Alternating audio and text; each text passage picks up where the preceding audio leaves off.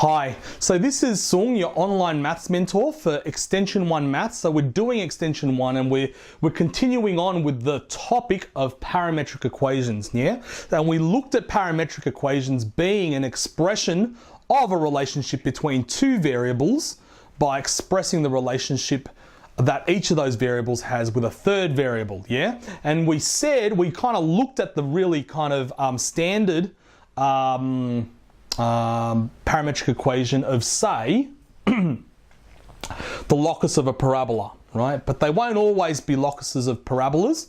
And I'm going to show you three examples, 1, 2, and 3, different types of parametric questions where we need to move from one parametric or two parametric equations and convert it to a relationship between your two variables, okay? So we've got to try and get rid of the parametric component, all right? Does that make sense?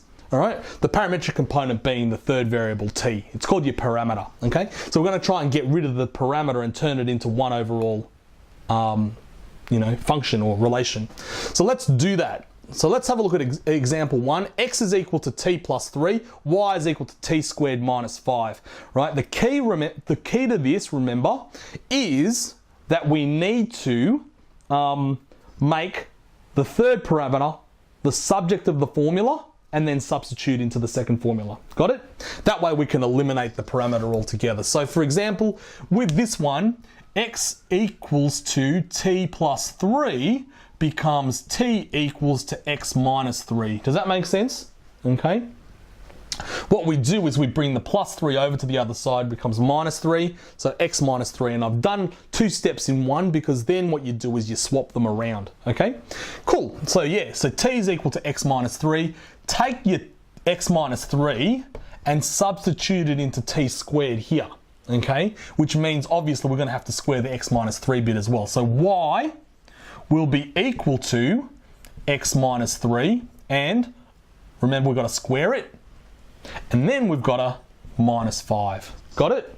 Cool. So if we were to expand all of that, now this information in and of itself is quite useful, okay?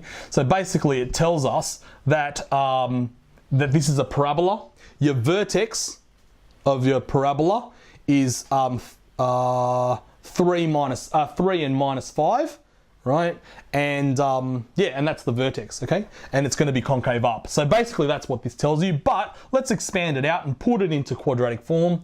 Y will be equal to x squared minus 6x plus 9, which is that bit all squared, okay? So we're expanding a perfect square, and then you've got a minus 5, which gives you x squared minus 6x plus 4. Okay, so that's the answer to the first question there, okay? Let me rule it off and then we're going to move on. So I've ruled that off and then we're going to move on to the second question, right? Now some of these questions are not that simple, all right? Let me just say that. Some of these questions are not that simple. And this is an example, well, it is simple if you know what you're doing, okay? So let me explain what you need to do with this question here. This question here, right? It's hard to actually make your parameter theta the subject of the formula. What you need to do in this question here is use your fundamental identity. Now let me explain what the fundamental identity is. We covered it in trigonometry, in the trigonometry chapter in 2 unit, but the fundamental identity is this: sine squared theta plus cos squared theta equals to, equals to 1, because this is the unit circle. Remember, it's the unit circle. So what would you expect this to be? All right, so this is, would you expect this parameter, these two parametric equations to give you? All right, it will give you a circle as well. But let's work that out for real. We're going to use the x squared equals to theta plus cos squared equals to theta equals to 1 as our fundamental identity. And this is what we're going to do. We're going to make cos squared theta and sine squared theta the subject of the formula. So if x equals to if x equals to 2 cos theta would be equal to x on 2. Does that make sense? All right. Now if y is equal to 2 sine theta would be equal to y on 2. Yeah? Okay, now if cos theta is equal to that and sine theta is equal to that, what can we do with these two? Well, we can substitute it into our fundamental identity. Does that make sense? So in other words, sine squared theta would be y squared on, well, what's 2 squared? It's y squared on 4.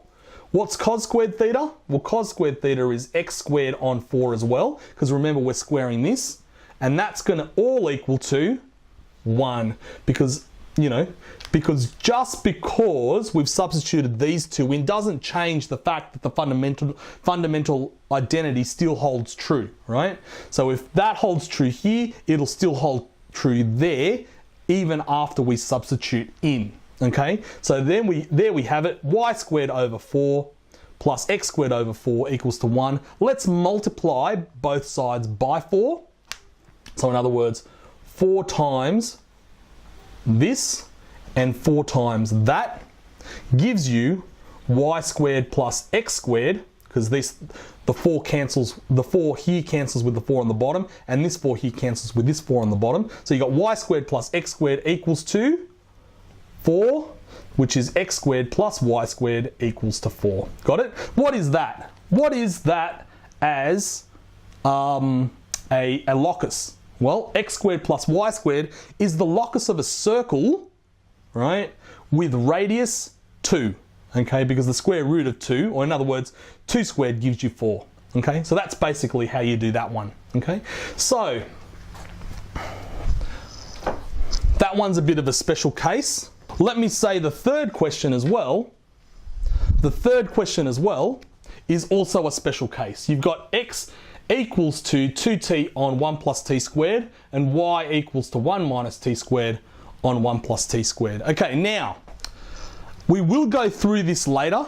This is actually, this should become very familiar to you by the end of the course. It's basically, we deal with it when we go through trigonometry or extension 1 trigonometry. It's what we call the T formula. Okay, now that might not make any sense to you now, but it will when we get to doing the T formula. And here's what I want you to notice. The T formula basically works on the premise that you've got a Pythagorean triad. Okay, let me show you the Pythagorean triad. Now, Pythagorean triad is basically where you've got a squared plus b squared equals to c squared, right? So in other words, you've got the square of the two smaller sides equals to the square of the longer side, yeah? Now, this is how the Pythagorean triad works. It's an algebraic Pythagorean triad, but you can check it out. So, if you've got a right angle triangle, and one of your sides was 1 plus t squared, the other side was 1 minus t squared, your third side, right, will be 2t, okay? Now,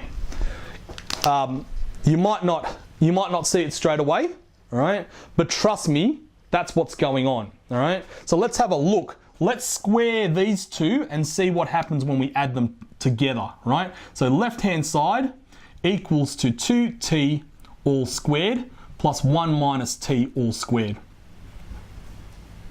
All squared, okay? So 1 minus t squared all squared, okay? So 2t squared plus 1 minus t squared all squared. Let's work that out. You've got 4t squared plus, and then let's square this. You've got 1 minus 2t squared plus t squared. Oh, not t squared, t to the power of 4. Got it? Add them together and you should get 1 plus 2t squared plus t to the power of 4, which actually will equal to the right-hand side. So let's work this out. So the right-hand side will be equal to 1 plus t squared all squared. And that, of course, is equal to 1 plus 2t squared plus t to the power of 4, which is equal to the left-hand side. So can you see that this Pythagorean triad, that these three sides, right, the algebraic expression for these three sides actually makes a Pythagorean triad. Do you see that? I've just proved it here, okay? Now, we're going to use that property to do this, okay? because this is exactly what we're going to do. We're going to work out what x squared is, and x squared is equal to 2t over 1 plus t squared, all squared, which of course is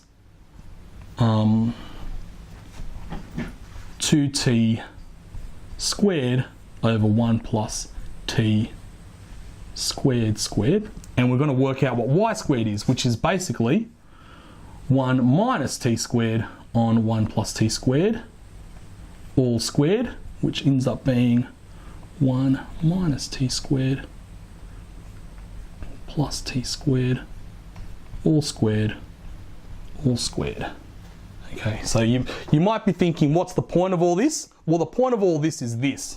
When you add x squared plus y squared together, you end up with that plus that, which is 2t squared plus 1 minus t squared, all squared, over 1 plus t squared, all squared, which this ends up being equal to the right hand side, which ends up equaling 1. Does that make sense? All right, so basically this, all right, these two parametric equations give you a locus of x squared plus y squared equals to 1. So in other words, what does that tell you? It tells you that this particular question is actually, or this particular parametric equation is actually the unit circle. Does that make sense? It's the unit circle. Now, how on earth are you going to be able to do that and recognize that in an exam? Well, you're not, basically. All I want you to do is you might not see it yet, but I just wanted to kind of introduce you to 2t over 1 plus t squared and 1 minus t squared over 1 plus t squared as the basis of some new work that we're going to be doing on trigonometry, which is the t formula, okay? And I want you to see the crossover between the t formula and parametric equations, okay? So that one's a special case. Just as this was a special case, this one is fairly standard, right? But you will come across parametric equations in trigonometry as well, okay? In the next episode, what we'll be doing is focusing predominantly on parabolas, all right? So we'll do that, but in the meantime, I just want to thank you very much for watching. Bye.